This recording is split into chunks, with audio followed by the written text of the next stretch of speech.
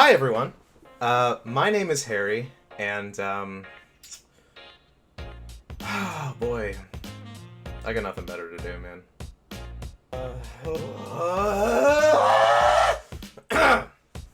So, my name is Harry. I'm 26 years old, and I watch a lot of movies. I'd say I probably watch more movies than a lot of people do, maybe the general population. And I felt compelled to start putting out content as far as reviewing movies and talking about movies. Maybe just talking about movies. Because I just watched such a steaming pile of just trash. Just trash last night. And I want to talk about it. Because that's all I can freaking think about. And if I don't express myself or talk about it, I think I'm going to go freaking insane.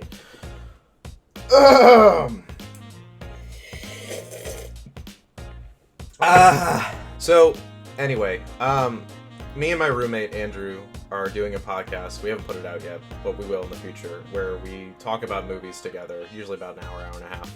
And so far, we've been watching a lot of horror movies together and talking about them, talking about good ones, bad ones, why a movie works, why a movie doesn't work. And he's out of town, and I'm using his mic, by the way, stolen from his room. Thank you, Andrew. Love you. And I just need to talk about this movie. And what we do on the podcast usually is we talk about why it's so bad. We don't necessarily walk through the movie itself, because you can go watch the movie and you can get your own opinion. But it does help people who consume the media or the review. They don't necessarily have to watch the movie to get your opinion and understand what's going on in the movie. So we're just going to cut to it. I'm going to start talking about it. I'm going to try to run through the plot real quick because of how convoluted and stupid it is. Talk about other movies that are similar to it and are also bad, and also talk about a movie that is similar to this movie but done correctly. So what we're talking about today is What Keeps You Alive from 2018, directed by Colin Minhan? I don't know. It's a horror thriller kind of movie, I guess. It literally feels like they just picked a location and then wrote the movie around the location. That's how it feels. It's just so stupid, convoluted. The characters make decisions that make no sense. It's unrealistic. It's just insulting, I think is the best word about it, or the best describer. The best description. Harry! Focus. It's just bad. It's so fucking bad. Okay, so we're gonna talk about the plot real quick so you can understand where I'm coming from. Okay, so two characters. They're a couple. They're married. It's two gals. One named Jackie, one named Julie. They're going to a cabin in the woods for a romantic getaway to celebrate their anniversary for the weekend. And the cabin was owned by Jackie's father, and they're in Canada. And so it's these two gals. They're just kind of, having a good time, go to the cabin. They're all, drinking wine and talking about past stories. But right off the bat, Jackie is weird as shit. She is very, all of her words are like double entendres. Not double entendres, but like they have hidden meanings. Like, she's like, being weird. Just being weird. And like anytime, anyone would think that what you're doing is really like, overtly or just there's something wrong with this girl, something wrong with her. But her wife Julie knows everything about her. She's like, whatever, just kind of passes it off. And so they're just hanging out. All of a sudden, right when they get there that night, while they're having some sexy time, a neighbor comes by named Sarah, who used to be childhood friends with Jackie, and it turns out Jackie's real name is Megan. So Jackie lied to Julie, even though they've been married. And Julie's now suspicious of Jackie / Megan, and the next day they're going out and going on a hike, and Julie asks her about why she didn't tell her real name, all this stuff, and Jackie's giving her like bullshit reasons. It's pretty obvious that she's hiding something. It's not a shock what's gonna transpire later. But long story short, Jackie, her friend Sarah okay, shit, I'm losing track of what's happening. Okay. Julie goes to see Sarah they talk about it, how Jackie / Megan, as a kid, got her friend Jenny killed. There's so many J's in this movie. Oh my god. Ah! Got Jenny killed while they were racing across the lake swimming. And Jackie was cleared of charges, but Sarah thinks that she had something to do with her death. So Julie confronts Jackie / Megan about it. Julie / Jackie has this terrible meltdown. It's not even a meltdown. It's like the actress is not even trying. Actor, because that's right. That's the preferred term. And, you know, because I'm in the industry. I have a shaved head, a beanie, and a goatee. Oh my god. Breaks down, tells her that she was cleared of all charges, or any wrongdoing. She didn't get her killed. It was an accident. Julie forgives her. They make up, and they're hiking, and they're trying to have this moment where they're on this overlook talking, and Julie's expressing how she's like, you know what, I'm really glad that we came out here. And then all of a sudden, Jackie / Megan just goes fucking berserk, tackles Julie, and Julie gets pushed off the cliff and falls. And let me just show you what it looks like when Jackie looks over the cliff and looks at Julie on the ground. She's got one leg like this, one leg like that, and then her arm is back, and she's kind of like this, and she's laying on her head. Or her head is right side up, so she landed on a rock. So Jackie obviously is crazy. It was pretty obvious from the beginning of the film. She goes back to the house. She's working herself up, rehearsing in the mirror, like, how I'm going to call the police. Like, oh my god, my wife just fell off the cliff. I don't know how that happened. And she's rehearsing. She's getting all ready. She goes back to where Julie landed. Julie's gone. Julie's gone. She survived. And now she's walking. And she's hurt, obviously. But I'm sorry, it's bullshit. Bullshit. You fell off a fucking cliff and landed on the back of your head. You're dead. You're dead. And I understand it's a movie. It's a thriller. Harry, it's not real life. It's a movie. Relax. Anyway, we can stick on that. We can't even make it through the rest of the movie. Oh my god. Okay, so Julie's limping away. She's obviously hurt. She doesn't know what's going on. She hides in the woods. Jackie / Megan's looking for her, calling out to her like, oh my god, baby, are you okay? Then all of a sudden she drops her axe. She's like, I know these woods better than anyone. I'm gonna find you. And it's just this, I can't tell if the script is really bad or it's the performances. I think it's both. I don't want to really like trash on the actors, say like, are you even fucking trying? Like, you watched a David Fincher movie one time and thought that, oh, this is how I'm gonna find you. I know these woods better than anyone, Jules.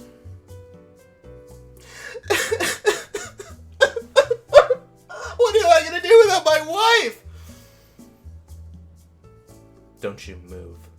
Like, it's so fucking stupid. Anyway, so Julie's hiding from her. She eventually makes it back to the cabin when Jackie's not there. And she like is trying to like stitch herself up. She has a laceration across her stomach. She's like spouting all this dialogue like, oh, my spleen's not ruptured, but it's swollen. I should be okay. Bitch, how do you know that? I don't know how do you know that your spleen is not ruptured? No backstory. Maybe she was, I think she like failed out of med school, but she's not a doctor or a nurse. She has no idea what the fuck's happening. She's like, is my ankle's broken. Oh, let me move it around a little bit. Nope, it's swollen. It's okay. It's sprained. We're good. And she's just like going through all this, like, it's so fucking stupid. Anyway, so she does, the movie pulls the bullshit, like, she gets away just in time before Jackie can come back. Jackie's trying to hunt her. Now she has a fucking rifle with tranquilizers to subdue Julie, so to make it look like she died by accident or killed herself. And it's just so ridiculous. I can't put into words some of these scenes. But anyway, Julie gets away on a boat across the lake. Jackie follows her. Julie's obviously hurt. She can't keep up the pace. Jackie gets to her. They get in the same boat. Jackie threatens her with a knife, saying, this is all gonna, you can't do anything about this. You need to keep quiet. You need to come back with me. And Sarah's husband is right next to, he's on the shore on the dock, and he sees them, and he's like, hey, how you guys doing? How you two lesbians doing? You having a good time? And and meanwhile Jackie's like, don't say a fucking word. Yeah, we're having a good time. We're really good. And he's far enough away that he can't really see what's happening, but because Julie's covered in blood, she's still from the accident, from falling off the cliff. And this whole scene, I'm like, bitch, jump out of the boat and scream for help. The guy is not that far away. He can rescue you from drowning. And this girl can do nothing about it. No, it's fine. You know, and all of a sudden, Julie's like, hey, why don't you come over for dinner tonight and help me? Like, calling for help, but not for calling for help. And he's like, yeah, we can do that. And they come over for dinner. Jackie washes Julie, dresses her all up, makes sure that she doesn't look like she's been, falling off a fucking cliff. And Sarah and her husband come over for dinner. They're talking. There's all this back and forth between the two main characters about, like, calling for help and, I love her, but I don't love her kind of deal. Like, she's not who I thought she was. And, God, this fucking scene. Jackie's outside with the husband of Sarah. They're talking. I don't even know. What is his fucking name? I don't want to keep saying this. What the one male character in this movie? Daniel. Joey Klein, man. Just knocking out the park with this performance. Fuck, dude. Just plays drunk. Fuck. None of these characters are developed. It's fucking... It's ridiculous. Anyway, so Jackie / Megan, the villain, she's talking to Daniel outside. And Daniel's like, hey, maybe it's the wine talking, but my wife's convinced that you're quite, And then Jackie's like, a psychopath? And they both laugh. And you're just like, what the fuck am I watching right now?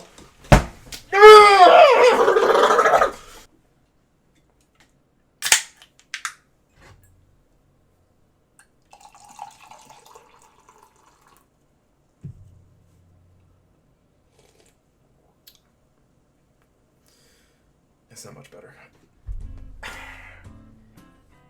This movie's not supposed to be a comedy. It's supposed to be fucking serious. And every point, I'm waiting for the laugh track. I'm waiting for the ridiculousness. It's not self-aware. It's so fucking... Anyway, all of a sudden, Julie is confiding in Sarah that Jackie fucking pushed her off a cliff. Jackie realizes this. She fucking slices Daniel's throat, goes into the house, kills Sarah by stabbing her in the sternum with the fucking knife multiple times. It's over the top and it's gross. It's not earned. It's not... Oh my god, that's fucked up. Like, it's just like... Whatever, dude. And meanwhile, Julie's just screaming. She's not running. She's not trying to get away. I understand she has a sprained ankle, but she's not trying to get away. This movie is, I think... Not 90 minutes. I think it's 100 minutes. So, it's almost 2 hours. It doesn't need to be this long. Most horror movies, we talk about this on the podcast, need to be anywhere from an hour to 90 minutes, hour and a half. Because it's just too much time. It's not an epic, it's not a drama, it's not anything that requires a lot of time to get this story out. It's a revenge story. It's a thriller story / chase movie. Like, it doesn't need this much time. So they pad the runtime, obviously, with Julie, or Jackie. God, I fucking can't keep track of what's happening. Jackie / Megan, the villain, she now starts to cut up the bodies, and she gets rid of them in the lake. Like, how are you gonna hide 2 people dead? They disappeared. This movie takes place in modern times. You can't get away with fucking murder. Like, unless you liquefy the bodies and you clean the house head to toe with, it's hard. It's hard to get away with murder. I would know. I've never been caught. Fucking unrealistic. To the point where it's distracting and annoying. So, kills Sarah and Daniel, chops them up, gets rid of their bodies in the lake. Julie is trying to figure out a way to get away from Jackie. She figures out, I think there was something mentioned early in the movie that Jackie... I'm having an aneurysm because I can't remember all these characters. It's only 2 characters, but their names are so convoluted. It doesn't need to be this convoluted, guys! Jackie, the villain, she is a diabetic, and she needs insulin. She does insulin shots periodically throughout the film. You see that she's doing that. And Julie, I think, gets one of... she gets a tranq dart at one point and stabs Jackie in the neck, gets away from her. But then she feels bad, and then she comes back to rescue Jackie, and Jackie's gone. So then you have the reverse of what happened in the first scene when Julie fell off the cliff. And then she goes back to the house. She realizes that Jackie's still alive and probably going to go get her. And so she records herself on this computer, like a message to Jackie. There's a twist at the end, but the twist is that she uses hydrogen peroxide and replaces the bottle of her insulin. And when you mix insulin, or a type of insulin, or like not pre-mixed insulin with hydrogen peroxide, then it causes blood clots. So you don't know that yet because they reveal that at the end because it's a twist. But that's what she does. She gets a rifle from the house and she waits for Jackie to come back. There's this fucking horrible confrontation. The choreography in this movie is ridiculous. And then the whole fight scene where Julie dies is off camera in the attic, and the camera is on the first floor, and the camera's just panning across the ceiling because they couldn't film the fight because they didn't have the money, or the actors couldn't fight. Like, it's not an artistic choice. It's so clearly a production choice, and it's fucking it's ridiculous. It's so amateur and bullshit. So Julie's killed by Jackie. Jackie throws her off the cliff again. Gets back. She's rehearsing again to call the police, and then she feels really sick. She goes to the computer, finds that Julie left a message that she poisoned her with the peroxide and the insulin, and then Jackie has a stroke, is trying to flee, go out into the field, and then she gets shot by her younger self because it's artistic, because there was a story in the beginning that Jackie talked about how she killed a bear and she became obsessed with killing people. I'm missing so many plot points here because I'm trying to cut through the rest of this, not trying to make this too long, but... And then at the end of the movie, Julie's laying at the base where she fell off the cliff again, or she was thrown off the cliff again. She's in her same pose, and then the cuts to a shot of her looking up, POV of the forest, and then you hear her breathe, and then it cuts to credits. Written and directed by Colin Minhan.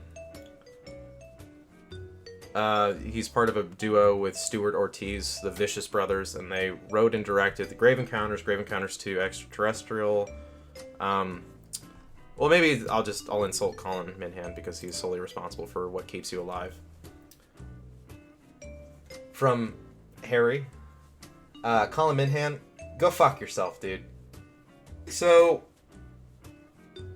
I mean, it's incredible, man. I don't think I've seen anything in a while that really it just really grinds my gears. It grinds my gears, you know? I don't know how you do this movie correctly, because there really is no story, there's no characters, it's just locations and revenge. Like, that's like, oh, what if we do a revenge movie in the woods on a lake? How original. You need better actors, or at least a better script, character development, motivations. Like, I'm annoyed by this villain. I don't hate this villain. There's a big difference. Like, the example I always go back to in The Walking Dead, John Bernthal's interpretation of Shane, the character. You hate Shane because he's a bad person and does bad things. But you're not annoyed by him because you understand where he comes from, and they've developed him to basically, you know, he's a villain, but villains are the hero of their own story, right? Andrea, played by who's the chick, the blonde chick from The Mist. She's not a good actress or actor, and that character, you're annoyed by Andrea in the show, not the comic. You're annoyed. You don't understand why she does the things she does because it's back and forth. It's just stupid. The villain in this movie, I don't understand why she does the things she does. And the hero, I don't understand what she does, or the victim, I don't understand why she does the things she does. This movie reeks of the movie Revenge from 2017. It's a French movie it's on Shudder, and The Perfection, which is on Netflix. I think that was 2019. Both terrible movies. Revenge, I think, is probably the best of the three because it knows what it is and it's kind of tongue-in-cheek and it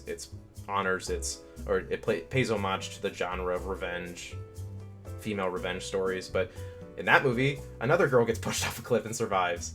But it's not 100% realistic because the gore is over the top. There's like drugs, a lot of psychedelic things in that movie, but the perfection is just as insulting as What Keeps You Alive. And that movie is so ridiculous that it's hilarious. What Keeps You Alive is just insulting. Do yourself a favor, don't watch any of those movies, the 3 movies I listed, but do watch You're Next, directed by Adam Wingard. It's a horror/thriller, and it pays homage to 1980 slashers. And it just does everything right. Is it a perfect movie? No. But it knows what it is. It's a little tongue-in-cheek at times. It's funny at times, but it's also takes itself pretty seriously at other times. And the characters are just... every character makes sense. They're maybe not developed a whole lot, but each character has their own place in the story. You understand why characters make the decisions they make. And the motives for the villains... totally fine with them, and it's realistic to what is happening in the story, and it's a fun, great movie, and I love it a lot. And I understand making movies is really hard, going from the idea and the script on the page to the final product, editing and releasing. I understand there's so many things that could go wrong or go right in that window, that large window. But if you're trying to make a movie or trying to tell a story, do that. Don't just make a movie to make a movie, because it feels like this movie was just made to make a movie. And I understand it's a business at the end of the day, and you have to make money, and you have to do things, and you have to sacrifice art and integrity to put out a product. But it has to be a labor of love. It has to be... You have to think of the different things that the audience is going to pick apart. I wanted to like this movie. After watching the trailer, it's usually how it goes for me. If the trailer's really good or interesting, the movie is usually pretty shitty. But I like giving things a chance. I like giving credit where credit is due and saying, okay, I see where you're trying to go with this, and you didn't succeed, but I understand what you're doing here and what you're attempting to get to. But with this movie, I find no redeeming qualities, nothing that I can talk about and say that I understood what they were doing. It just felt like, we got a location, here's a stupid conflict between characters, and yeah. I don't know. It's fried my brain. It's amazing. Maybe you should watch it. I apologize for the video and audio quality. I'm using a webcam because I don't have a camera, but I've been feeling really unmotivated lately, and I need to do something with my life, and I feel like talking about the movies that I watch, maybe that'll help. I don't know. We'll see where this goes. If I continue to watch bad movies and talk about them, or watch good movies and talk about why they work or why I like them, and maybe I'll do shorter forms of this, maybe edit things down. Who knows? We'll see where this goes. Go watch Your Next. Go watch Your Next. It's a good movie. It's a lot of fun. And if you like horror movies, you like thrillers, you'll like it. And if you like What Keeps You Alive, you're an idiot, dude. What we're going to do now, real quick, I'm going to look at some of the reviews for What Keeps You Alive from 2018. I'm going to look on IMDb first. This has a 5.7 score out of 10. If you're unfamiliar with how IMDb works, it's all user reviews. It's not solely critics, like Rotten Tomatoes has critics or certified critics review, and then you get the critic score, and then you get the user review score. IMDb, I think, is solely users. Correct me if I'm wrong. If I'm wrong, but feel free to ridicule me. But this has an average of a 5.7, and just to give you a gauge of horror movies, usually they're lower than the standard of action drama, like more highbrow, because horror kind of has or thrillers have the stain that they're not really good movies. But usually when we're looking at this, me and Andrew, we're looking at a movie, like if we should watch or not, we usually look at 6.5 or above. If a horror movie has a really high rating, let me look at what I have on my list. I'll share my list. Just a quick example from my list of horror/thriller recommendations. a movie that I think is incredibly good as a movie and not just a horror thriller. Calibre, I think is the correct pronunciation. Of 2018 movie from Great Britain, has a 6.8, which I think is way too low. I think it should be at least a 7.5 or an 8. But 6.8, I guess, for a movie like that. Rosemary's Baby has an 8. Evil Dead has a 7.8. The Thing has an 8.1. The Exorcist has an 8. The Sixth Sense is an 8.1. So maybe some of those movies that you would know, or the bigger movies have better scores. What Keeps You Alive is rated 5.7. Let's look at some of the reviews here. It's 3 out of 10. What a coincidence! The night before last, I watched Revenge 2017, which I talk about, in which a young woman is pushed off a cliff by her lover. She somehow survives the ordeal and crawls to safety, where she patches up her wounds. Meanwhile, the lover goes on the hunt for the missing woman, but doesn't account for her lust for life and ability to fight back. Guess what happens in What Keeps You Alive? Same fucking movie. Yeah, Colin, maybe you, I'm not gonna accuse you of anything, but there might be some, might have a lawsuit on your hands, friend. 2 out of 10, frustratingly stupid choices. 3 out of 10, a mostly solid film ruined by too much nonsense. 3 out of 10, overrated. 8 out of 10, good film. I cannot understand all the bad hype over this film. I thought it was very good. From now on, I'm going to take these reviews with a pinch of salt and watch films and make up my own mind. What are you doing leaving reviews on IMDb? 8 out of 10? What is your barometer for what is a good movie? Good film. What's your username? Edward Downey. 1 out of 10. Absolute rubbish. Pussycat 963, dude. Like that. 1 out of 10. You want the protagonist to die.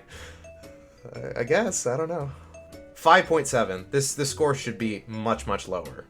This is an insult that it's this high. I would think this film would be like a 3, maybe, if I was going to leave a review. Because by barometer or by comparison, like a 1 out of 10 would be like Open House. But that movie's like somehow made competently. It's not even a movie. It's just an excuse to film at a location. That's another movie what's this movie called? What Keeps You Alive is similar to. I would say Open House maybe is a 2, and 1 would be like House of the Dead by Uwe Boll, because that movie's like unwatchable. 2 out of 10, woeful trash. Easygoer 10. You hit the nail on the head there. I think that's where I'll stop. Thank you for watching. Maybe I'll do some of these in the future. We'll see. I don't know. Wear a mask. Stay inside if you can. Social distance. Be a good person. Just be nice. Don't hurt other people. Diss on movies, not other people. But Colin, you're stupid. You're a stupid dude. Thanks for wasting my time. Fucking 100 minutes. So fucking stupid.